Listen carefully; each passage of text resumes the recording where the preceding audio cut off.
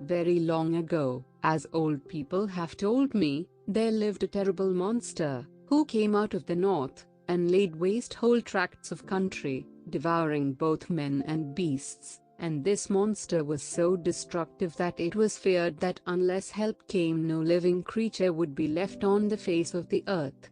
It had a body like an ox, and legs like a frog, 2 short forelegs, and 2 long ones behind, and besides that it had a tail like a serpent, 10 fathoms in length.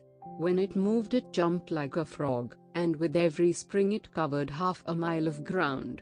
Fortunately its habit was to remain for several years in the same place, and not to move until the whole neighborhood was eaten up. Nothing could hunt it, because its whole body was covered with scales, which were harder than stone or metal. Its 2 great eyes shone by night, and even by day, like the brightest lamps, and anyone who had the ill luck to look into those eyes became as it were bewitched, and was obliged to rush of his own accord into the monster's jaws. In this way the dragon was able to feed upon both men and beasts without the least trouble to itself, as it needed not to move from the spot where it was lying. All the neighboring kings had offered rich rewards to anyone who should be able to destroy the monster, either by force or enchantment, and many had tried their luck, but all had miserably failed. Once a great forest in which the dragon lay had been set on fire. The forest was burnt down, but the fire did not do the monster the least harm. However, there was a tradition amongst the wise men of the country that the dragon might be overcome by one who possessed King Solomon's signet ring, upon which a secret writing was engraved. This inscription would enable anyone who was wise enough to interpret it to find out how the dragon could be destroyed. Only no one knew where the ring was hidden, nor was there any sorcerer or learned man to be found who would be able to explain the inscription.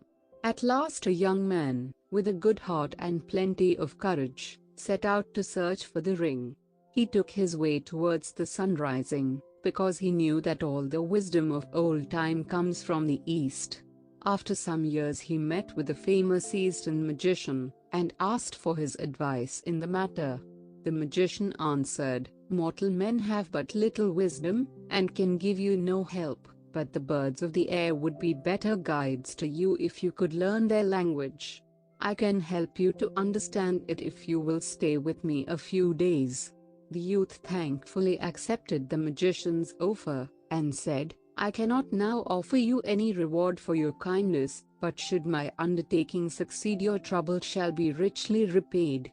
Then the magician brewed a powerful potion out of 9 sorts of herbs which he had gathered himself all alone by moonlight, and he gave the youth 9 spoonfuls of it daily for 3 days, which made him able to understand the language of birds. At parting the magician said to him, "If you ever find Solomon's ring and get possession of it, then come back to me, that I may explain the inscription on the ring to you, for there is no one else in the world who can do this." From that time the youth never felt lonely as he walked along. He always had company, because he understood the language of birds, and in this way he learned many things which mere human knowledge could never have taught him. But time went on, and he heard nothing about the ring. It happened one evening, when he was hot and tired with walking, and had sat down under a tree in a forest to eat his supper, that he saw 2 gaily plumaged birds, that was strange to him, sitting at the top of the tree talking to one another about him. The first bird said, "I know that wandering fool under the tree there, who has come so far without finding what he seeks. He is trying to find King Solomon's lost ring." The other bird answered, "He will have to seek help from the witch maiden, who will doubtless be able to put him on the right track. If she has not got the ring herself, she knows well enough who has it." "But where is he to find the witch maiden?" said the first bird. "She has no settled dwelling, but is here today and gone tomorrow. He might as well try to catch the wind." The other replied, "I do not know, certainly, where she is at present, but in 3 nights from now she will come to the spring to wash her face. as she does every month when the moon is full, in order that she may never grow old nor wrinkled, but may always keep the bloom of youth." "Well," said the first bird, "the spring is not far from here. Shall we go and see how it is she does it?" "Willingly, if you like," said the other. The youth immediately resolved to follow the birds to the spring. Only two things made him uneasy: first, lest he might be asleep when the birds went, and secondly, lest he might lose sight of them, since he had not wings to carry him along so swiftly. He was too tired to keep awake all night, yet his anxiety prevented him from sleeping soundly, and when with the earliest dawn he looked up to the treetop, he was glad to see his feathered companions still asleep with their heads under their wings. He ate his breakfast, and waited until the birds should start, but they did not leave the place all day. They hopped about from one tree to another looking for food, all day long until the evening, when they went back to their old perch to sleep. The next day the same thing happened, but on the third morning one bird said to the other, "Today we must go to the spring to see the witch maiden wash her face." They remained on the tree till noon, then they flew away and went towards the south. The young man's heart beat with anxiety lest he should lose sight of his guides, but he managed to keep the birds in view until they again perched upon a tree. The young man ran after them until he was quite exhausted and out of breath, and after 3 short rests the birds at length reached a small open space in the forest, on the edge of which they placed themselves on the top of a high tree. When the youth had overtaken them, he saw that there was a clear spring in the middle of the space. He sat down at the foot of the tree upon which the birds were perched, and listened attentively to what they were saying to each other. "The sun is not down yet," said the first bird. "We must wait yet a while till the moon rises and the maiden comes to the spring. Do you think she will see that young man sitting under the tree? Nothing is likely to escape her eyes, certainly not a young man," said the other bird. "Will the youth have the sense not to let himself be caught in her toils?" "We will wait," said the first bird, "and see how they get on together." The evening light had quite faded, and the full moon was already shining down upon the forest, when the young man heard a slight rustling sound. After a few moments there came out of the forest a maiden, gliding over the grass so lightly that her feet seemed scarcely to touch the ground, and stood beside the spring. The youth could not turn away his eyes from the maiden, for he had never in his life seen a woman so beautiful. Without seeming to notice anything, she went to the spring, looked up to the full moon, then knelt down and bathed her face 9 times, then looked up to the moon again and walked 9 times round the well, and as she walked she sang this song: "Full-faced moon with light unshaded, let my beauty ne'er be faded. Never let my cheek grow pale. While the moon is waning nightly, may the maiden bloom more brightly, may her freshness never fail." Then she dried her face with her long hair, and was about to go away, when her eye suddenly fell upon the spot where the young man was sitting, and she turned towards the tree. The youth rose and stood waiting. Then the maiden said, "You ought to have a heavy punishment because you have presumed to watch my secret doings in the moonlight. But I will forgive you this time, because you are a stranger and knew no better. But you must tell me truly who you are and how you came to this place, where no mortal has ever set foot before." The youth answered humbly, "Forgive me, beautiful maiden, if I have unintentionally offended you. I chanced to come here after long wandering, and found a good place to sleep under this tree. At your coming I did not know what to do, but stayed where I was, because I thought my silent watching could not offend you." The maiden answered kindly, "Come and spend this night with us. You will sleep better on a pillow than on damp moss." The youth hesitated for a little, but presently he heard the bird saying from the top of the tree, "Go where she calls you, but take care to give no blood, or you will sell your soul." So the youth went with her, and soon they reached a beautiful garden, where stood a splendid house, which glittered in the moonlight as if it was all built out of gold and silver. When the youth entered, he found many splendid chambers, each one finer than the last. Hundreds of tapers burnt upon golden candlesticks, and shed a light like the brightest day. At length they reached a chamber where a table was spread with the most costly dishes. At the table were placed 2 chairs, one of silver, the other of gold. The maiden seated herself upon the golden chair, and offered the silver one to her companion. They were served by maidens dressed in white, whose feet made no sound as they moved about, and not a word was spoken during the meal. Afterwards the youth and the witch maiden conversed pleasantly together, until a woman, dressed in red, came in to remind them that it was bedtime. The youth was now shown into another room, containing a silken bed with down cushions, where he slept delightfully, yet he seemed to hear a voice near his bed which repeated to him, "Remember to give no blood." The next morning the maiden asked him whether he would not like to stay with her always in this beautiful place, and as he did not answer immediately, she continued, "You see how I always remain young and beautiful, and I am under no one's orders, but can do just what I like, so that I have never thought of marrying before. But from the moment I saw you I took a fancy to you, so if you agree, we might be married and might live together like princes, because I have great riches."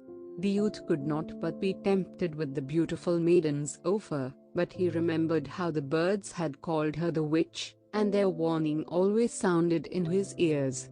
Therefore he answered cautiously, "Do not be angry, dear maiden, if I do not decide immediately on this important matter. Give me a few days to consider before we come to an understanding." "Why not?" answered the maiden. "Take some weeks to consider if you like, and take counsel with your own heart." And to make the time pass pleasantly, she took the youth over every part of her beautiful dwelling, and showed him all her splendid treasures.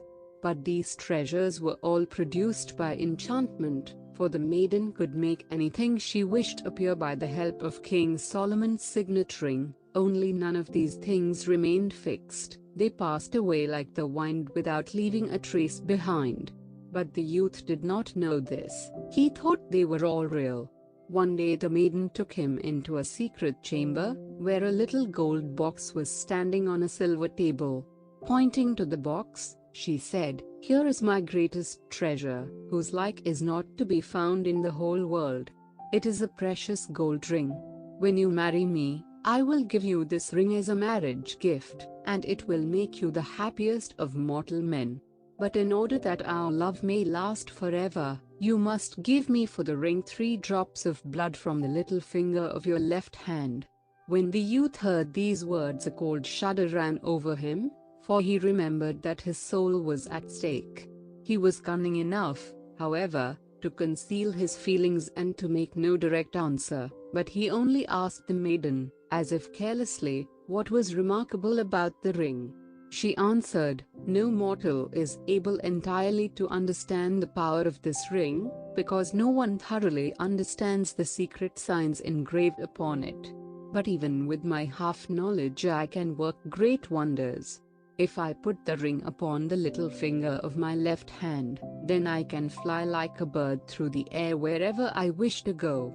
If I put it on the 3rd finger of my left hand I am invisible, and I can see everything that passes around me, though no one can see me. If I put the ring upon the middle finger of my left hand, then neither fire nor water nor any sharp weapon can hurt me. If I put it on the forefinger of my left hand, then I can with its help produce whatever I wish. I can in a single moment build houses or anything I desire. Finally, as long as I wear the ring on the thumb of my left hand, that hand is so strong that it can break down rocks and walls. Besides these, the ring has other secret signs which, as I said, no one can understand.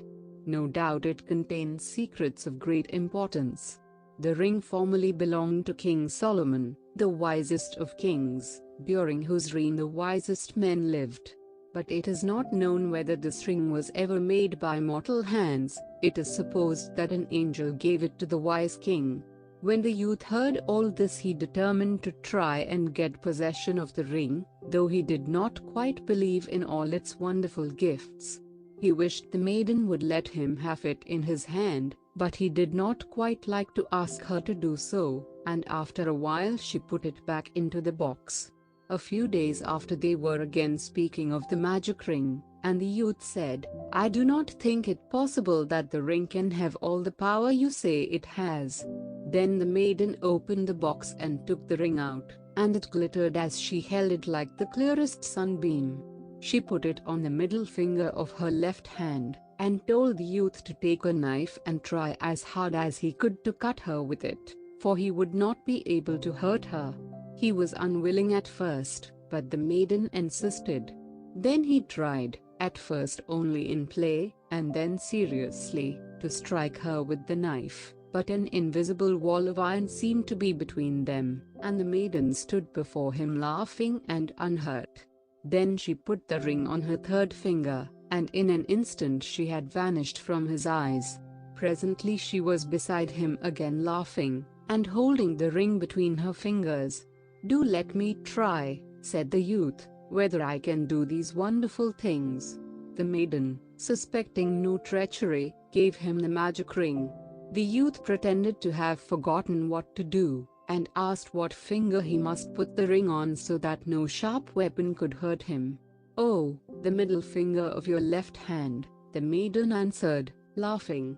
She took the knife and tried to strike the youth, and he even tried to cut himself with it, but found it impossible. Then he asked the maiden to show him how to split stones and rocks with the help of the ring. So she led him into a courtyard where stood a great boulder stone. "Now," she said, "put the ring upon the thumb of your left hand, and you will see how strong that hand has become." The youth did so, and found to his astonishment that with a single blow of his fist the stone flew into 1,000 pieces. Then the youth bethought him that he who does not use his luck when he has it is a fool, and that this was a chance which once lost might never return. So while they stood laughing at the shattered stone, he placed the ring, as if in play, upon the third finger of his left hand. "Now," said the maiden, "you are invisible to me until you take the ring off again." But the youth had no mind to do that. On the contrary, he went farther off, then put the ring on the little finger of his left hand, and soared into the air like a bird. When the maiden saw him flying away, she thought at first that he was still in play, and cried, "Come back, friend, for now you see I have told you the truth." But the young man never came back. Then the maiden saw she was deceived, and bitterly repented that she had ever trusted him with the ring. The young man never halted in his flight until he reached the dwelling of the wise magician who had taught him the speech of birds. The magician was delighted to find that his search had been successful, and at once set to work to interpret the secret signs engraved upon the ring, but it took him 7 weeks to make them out clearly. Then he gave the youth the following instructions how to overcome the dragon of the north. "You must have an iron horse cast, which must have little wheels under each foot. You must also be armed with a spear 2 fathoms long, which you will be able to wield by means of the magic ring upon your left thumb. The spear must be as thick in the middle as a large tree, and both its ends must be sharp. In the middle of the spear you must have 2 strong chains 10 fathoms in length. As soon as the dragon has made himself fast to the spear, which you must thrust through his jaws, you must spring quickly from the iron horse and fasten the ends of the chains firmly to the ground with iron stakes, so that he cannot get away from them. After 2 or 3 days the monster's strength will be so far exhausted that you will be able to come near him. Then you can put Solomon's ring upon your left thumb and give him the finishing stroke, but keep the ring on your third finger until you have come close to him, so that the monster cannot see you, else he might strike you dead with his long tail. But when all is done, take care you do not lose the ring, and that no one takes it from you by cunning." The young man thanked the magician for his directions, and promised, should they succeed, to reward him. But the magician answered, "I have profited so much by the wisdom the ring has taught me that I desire no other reward." Then they parted, and the youth quickly flew home through the air. After remaining in his own home for some weeks, he heard people say that the terrible dragon of the north was not far off, and might shortly be expected in the country. The king announced publicly that he would give his daughter in marriage, as well as a large part of his kingdom, to whosoever should free the country from the monster. The youth then went to the king and told him that he had good hopes of subduing the dragon, if the king would grant him all he desired for the purpose. The king willingly agreed, and the iron horse, the great spear, and the chains were all prepared as the youth requested. When all was ready, it was found that the iron horse was so heavy that 100 men could not move it from the spot. So the youth found there was nothing for it but to move it with his own strength by means of the magic ring. The dragon was now so near that in a couple of springs he would be over the frontier. The youth now began to consider how he should act, for if he had to push the iron horse from behind he could not ride upon it as the sorcerer had said he must. But a raven unexpectedly gave him this advice: "Ride upon the horse, and push the spear against the ground, as if you were pushing off a boat from the land." The youth did so, and found that in this way he could easily move forwards. The dragon had his monstrous jaws wide open, all ready for his expected prey. A few paces nearer, and man and horse would have been swallowed up by them. The youth trembled with horror, and his blood ran cold, yet he did not lose his courage, but, holding the iron spear upright in his hand, he brought it down with all his might right through the monster's lower jaw. Then quick as lightning he sprang from his horse before the dragon had time to shut his mouth. A fearful clap like thunder, which could be heard for miles around, now warned him that the dragon's jaws had closed upon the spear. When the youth turned round he saw the point of the spear sticking up high above the dragon's upper jaw, and knew that the other end must be fastened firmly to the ground, but the dragon had got his teeth fixed in the iron horse, which was now useless. The youth now hastened to fasten down the chains to the ground by means of the enormous iron pegs which he had provided. The death struggle of the monster lasted 3 days and 3 nights. In his writhing he beat his tail so violently against the ground, that at 10 miles distance the earth trembled as if with an earthquake. When he at length lost power to move his tail, the youth with the help of the ring took up a stone which 20 ordinary men could not have moved, and beat the dragon so hard about the head with it that very soon the monster lay lifeless before him. You can fancy how great was the rejoicing when the news was spread abroad that the terrible monster was dead. His conqueror was received into the city with as much pomp as if he had been the mightiest of kings. The old king did not need to urge his daughter to marry the slayer of the dragon. He found her already willing to bestow her hand upon this hero, who had done all alone what whole armies had tried in vain to do. In a few days a magnificent wedding was celebrated, at which the rejoicings lasted for whole weeks, for all the neighboring kings had met together to thank the man who had freed the world from their common enemy. But everyone forgot amid the general joy that they ought to have buried the dragon's monstrous body, for it began now to have such a bad smell that no one could live in the neighborhood, and before long the whole air was poisoned, and a pestilence broke out which destroyed many hundreds of people. In this distress, the king's son-in-law resolved to seek help once more from the Eastern magician, to whom he at once traveled through the air like a bird by the help of the ring. But there is a proverb which says that ill-gotten gains never prosper, and the prince found that the stolen ring brought him ill luck after all. The witch maiden had never rested night nor day until she had found out where the ring was. As soon as she had discovered by means of magical arts that the prince in the form of a bird was on his way to the eastern magician, she changed herself into an eagle and watched in the air until the bird she was waiting for came in sight, for she knew him at once by the ring which was hung round his neck by a ribbon. Then the eagle pounced upon the bird, and the moment she seized him in her talons she tore the ring from his neck before the man in bird's shape had time to prevent her.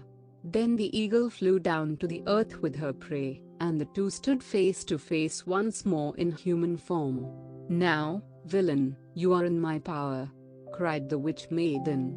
"I favored you with my love, and you repaid me with treachery and theft. You stole my most precious jewel from me, and do you expect to live happily as the king's son-in-law? Now the tables are turned, you are in my power, and I will be revenged on you for your crimes. Forgive me, forgive me," cried the prince. "I know too well how deeply I have wronged you, and most heartily do I repent it." The maiden answered, "Your prayers and your repentance come too late. And if I were to spare you, everyone would think me a fool. You have doubly wronged me. First you scorned my love, and then you stole my ring, and you must bear the punishment." With these words she put the ring upon her left thumb, lifted the young man with one hand, and walked away with him under her arm. This time she did not take him to a splendid palace, but to a deep cave in a rock, where there were chains hanging from the wall. The maiden now chained the young man's hands and feet so that he could not escape. Then she said in an angry voice, "Here you shall remain chained up until you die. I will bring you every day enough food to prevent you dying of hunger, but you need never hope for freedom anymore." With these words she left him.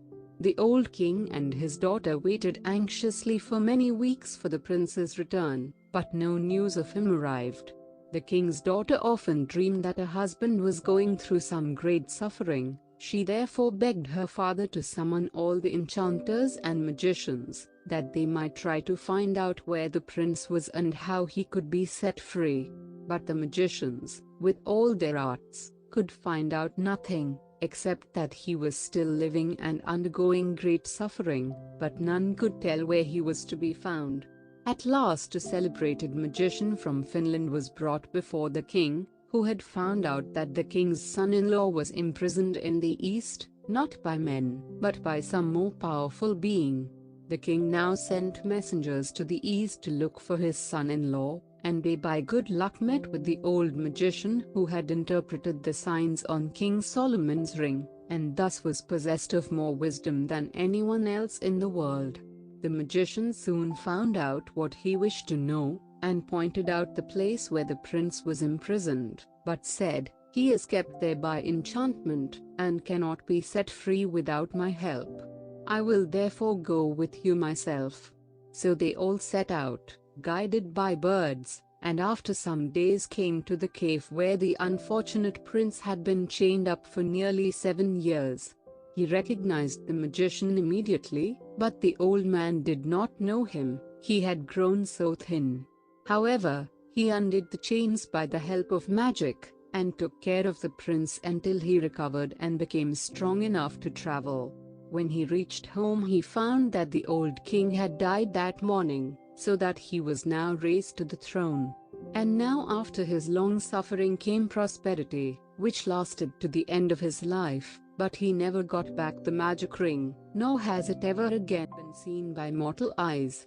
Now, if you had been the prince, would you not rather have stayed with the pretty witch maiden?